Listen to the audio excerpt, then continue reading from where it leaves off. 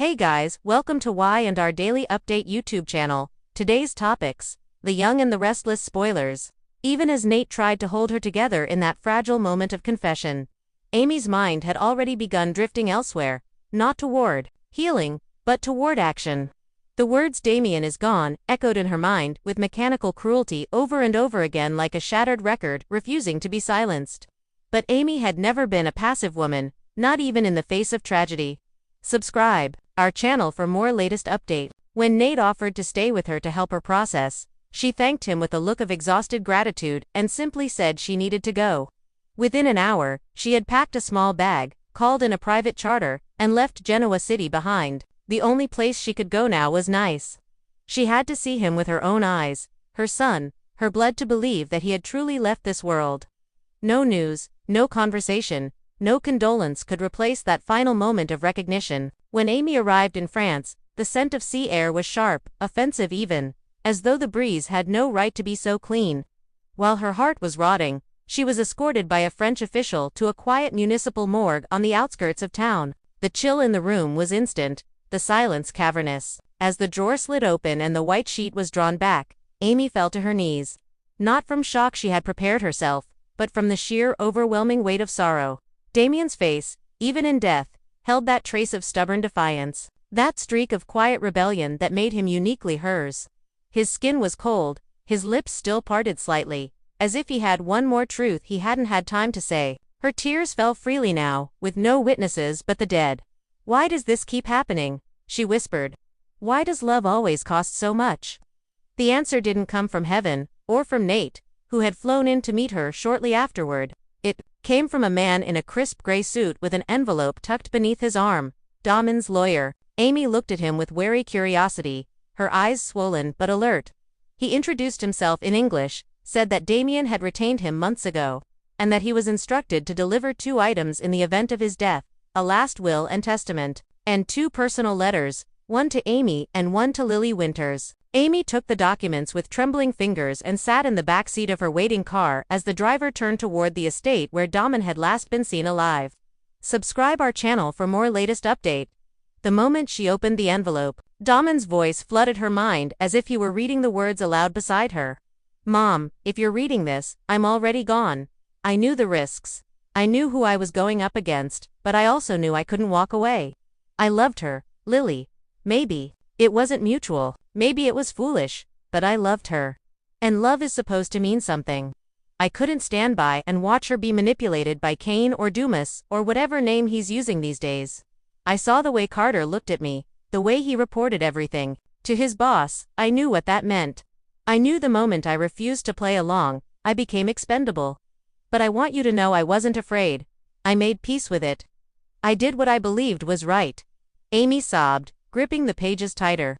"There's a file encrypted with every name, every transfer, every move Cain made in the weeks leading up to this trip. It includes photographs, recordings, and even a copy of a fake passport issued under a different identity. You were right about him, Mom. You always were. The only mistake you made was underestimating how far he'd go to silence people like me. I want you to use it. If not for me, then for yourself, or maybe for Lily. Maybe she deserves to know the kind of man she keeps inviting back into her life." The letter ended with a scribbled signature and a line that nearly broke her. "Tell Nate I forgive him for not stopping me. Tell him he was the last real friend I had." Amy clutched the letter to her chest, then opened the second one. This one was addressed to Lily. She read the first few lines and immediately knew that Lily had no idea how deeply Damian had cared. Subscribe our channel for more latest update. The words were tender, free of bitterness. He didn't accuse, he didn't demand.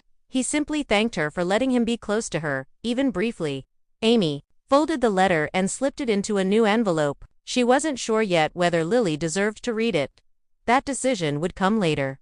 The will was simple. Damian had no fortune, only a modest bank account and a few personal belongings. But what mattered was the file. The lawyer explained that Damian had given him access to a secure cloud drive and had left explicit instructions to share it only with Amy upon verification of death. The drive contained everything: his notes, his audio recordings, even surveillance footage showing Carter shadowing him, recording his conversations with Lily, and reporting back to Cain. Amy now held a weapon, Not just against Kane Ashby, but against the entire illusion he had built around himself. She could destroy him. She could expose him to the world. But the question that gnawed at her now wasn't how to use it, it was if she should. Back at her hotel, Nate joined her on the balcony. The ocean was still and the sky bled into dusk like a waterfall. Amy turned to him, her face older now, hollow in places that used to glow. "This has to stay between us," she said, "at least for now." Nate frowned, unsure. "But Amy, this evidence, it's everything you've ever wanted. You can bring him down." Amy nodded slowly. "And maybe I will, but not because I want revenge. Because Damian deserves to be heard. His life wasn't just a cautionary tale." Subscribe our channel for more latest updates. He tried to do something right and he died for it. She looked back at the sea. "I need to be smart. I need to decide whether exposing this will save people or destroy the wrong ones." Nate placed a hand on her shoulder. "Whatever you choose, I'll be here." Amy said nothing in return, but her silence wasn't rejection, it was focus. She was already planning her next move. In the distance, a single boat moved across the water, its light blinking faintly in the gathering dark. Somewhere, Kane Ashby still believed he had won, that he had silenced one more threat, but the truth was never buried forever. And in the hands of a grieving mother with nothing left to lose, truth had become its own kind of justice. Let me know if you'd like to continue with Amy confronting Lily, delivering the letter, or revealing the file to Victor or the authorities. We can take this narrative in any direction: public revenge, private justice, or psychological war. There were whispers in the corners of Nice, barely audible, threaded with disbelief that Dom and Kane might not be dead at all.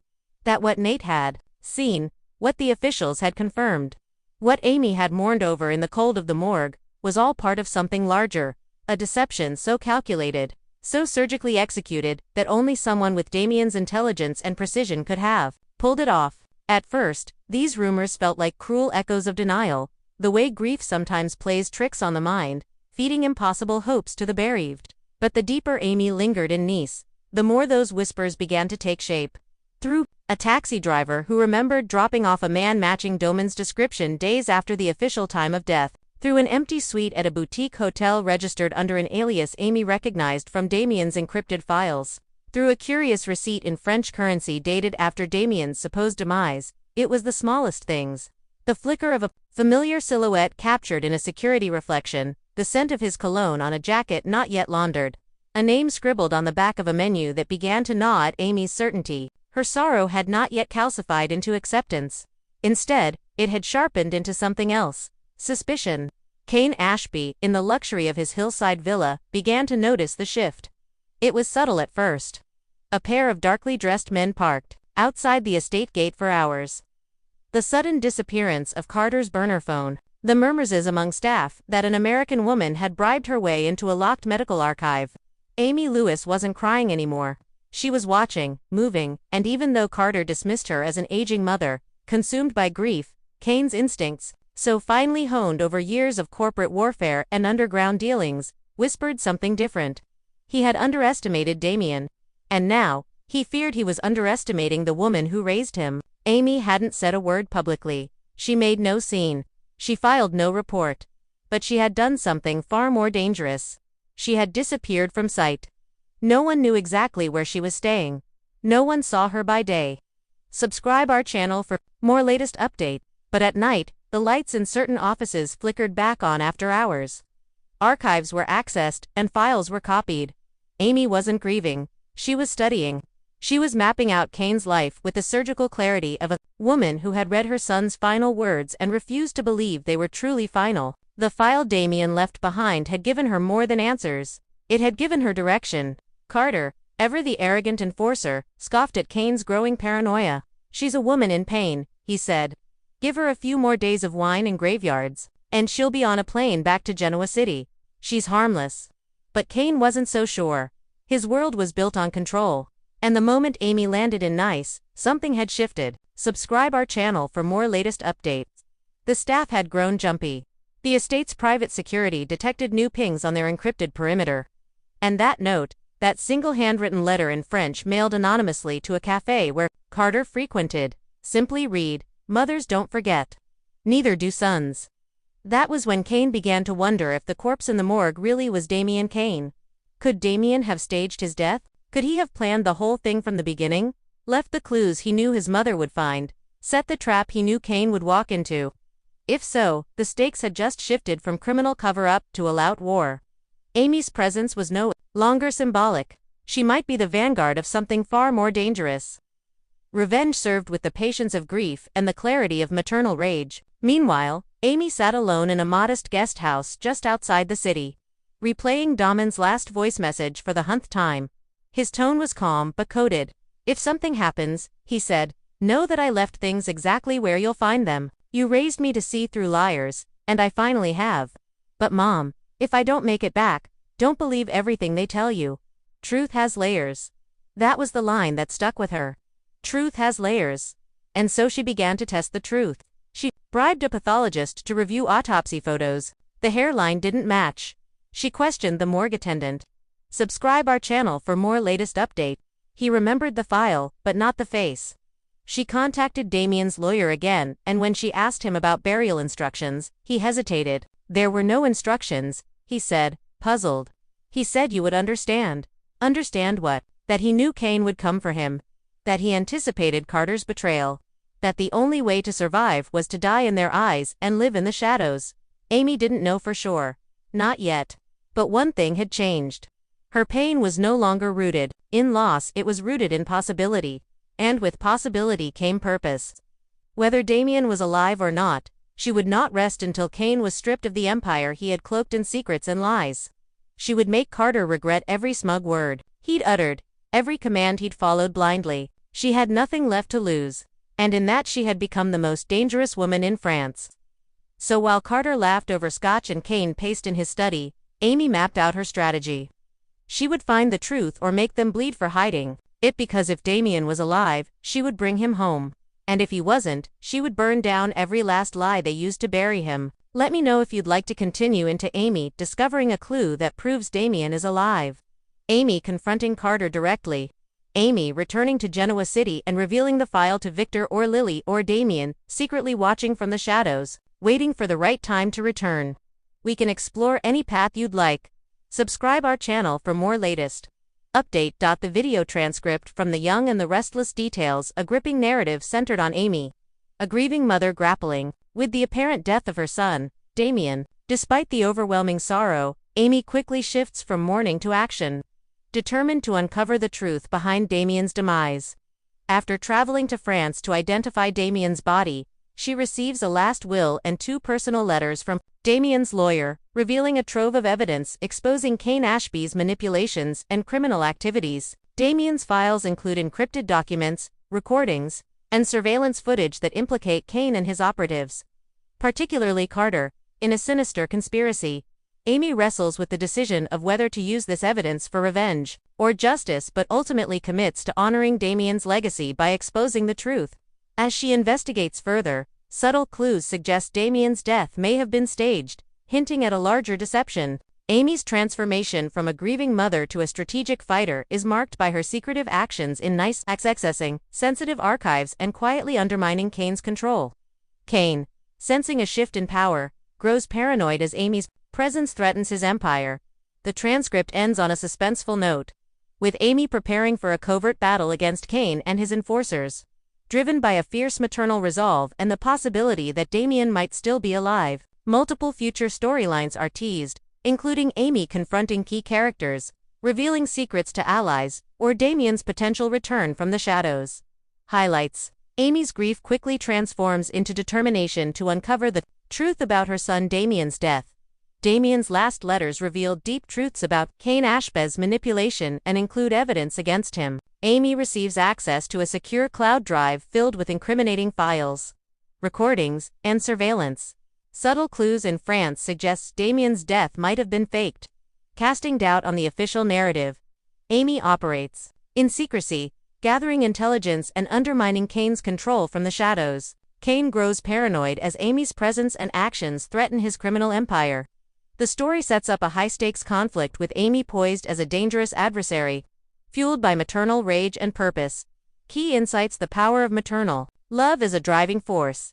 Amy's transformation from grief to action underscores how profound loss can catalyze resilience and strategic thinking. Her pain becomes purpose, making her a formidable opponent to Cain. This narrative highlights emotional motivation as a key factor in conflict and justice-seeking behavior.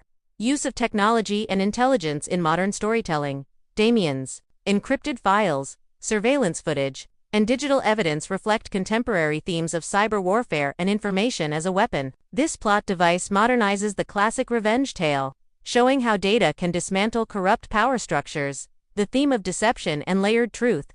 Damian's final message, "Truth has layers," underscores the story's central motif. The skepticism around Damian's death and the possibility of staged events introduce complexity and suspense, emphasizing that surface appearances can be misleading. This encourages viewers to question what they accept as fact. The role of secrecy and covert operations in power struggles. Amy's discreet investigations and nighttime activities illustrate how battles for justice often take place behind the scenes, away from public view. Her quiet but persistent efforts contrast with Cain's overt displays of control, highlighting different methods of influence, moral ambiguity in justice and revenge. Amy's hesitation about how to use Damian's evidence reflects a nuanced dilemma whether to pursue revenge or justice, and how exposing the truth might impact innocent people. This complexity enriches the narrative by avoiding simplistic good versus evil tropes. Paranoia as a sign of shifting power dynamics. Cain's increasing fear and suspicion signal that his dominance is waning. His inability to control the narrative or silence Amy indicates a crack in his empire, illustrating how fear undermines tyrannical power from within. Open-ended storytelling and audience engagement. The multiple potential directions for the plot. Amy confronting characters, revealing evidence, or Damian's possible survival demonstrate an interactive narrative approach. This invites viewers to speculate and stay engaged, anticipating future twists and resolutions. Expanded summary. The transcript opens with Amy in a fragile emotional state after learning of her son Damian's death. Despite Nate's comforting presence, Amy chooses solitude, packing quickly to travel to France, where Damian's body has been taken. Upon seeing him, Amy's grief is profound, but controlled, reflecting a deep maternal bond. Damian's face, even in death, carries his distinctive defiance, symbolizing the unresolved conflict that defined his life. Amy soon meets Damian's lawyer, who delivers a final will and 2 personal letters. Damian's letter to Amy reveals a courageous young man who knowingly risked his life, opposing Cain Ashby's manipulations, particularly regarding his love interest, Lily Winters. Damian's evidence is substantial: photos, recordings, fake passports, all pointing to a calculated campaign of surveillance and betrayal by Cain and his henchman Carter. Amy reads the letter to Lily with mixed emotions, knowing Lily is unaware of Damian's deep feelings and the danger he faced. The will itself holds little monetary value, but the encrypted digital file is the true treasure trove. Damian's lawyer confirms strict instructions to only share this evidence upon Damian's death, underscoring the gravity of the situation. Back at her hotel, Amy confides in Nate, but keeps the evidence confidential. Aware of the risks of exposure, she contemplates the moral implications of using Damian's file not out of revenge, but to ensure Damian's sacrifice is not forgotten, and to protect others from Cain's influence. This moment marks a turning point where Amy embraces strategic thinking over raw emotion. Rumors begin circulating in Nice about Damian's possible survival. Amy uncovers clues: a taxi driver's memory, hotel records, receipts that challenge the official story. She starts to suspect the death was staged, a ploy to throw Cain's enemies off balance. Meanwhile, Cain's paranoia grows. His security tightens and his enforcer Carter dismisses Amy as a grieving woman. Yet Cain senses a genuine threat. Amy operates in the shadows, accessing restricted archives, copying files, and quietly gathering intelligence. She is no longer a passive victim but an active investigator with a clear goal. The anonymous letter sent to Carter, a chilling reminder that mothers don't forget, neither do sons, intensifies the psychological war Cain faces. The transcript closes with Amy's resolve hardened by the possibility that Damian might still be alive. She questions official records and pressures insiders for inconsistencies, signaling her commitment to uncover the layered truth. This evolving narrative sets the stage for dramatic confrontations and a high-stakes battle for justice and revenge. Conclusion: this narrative arc from The Young and the Restless intricately weaves themes of love, loss, deception, and justice into a suspenseful drama. Amy's journey from grief to empowered seeker of truth reveals the complexity of maternal devotion and the lengths one will go to protect a legacy.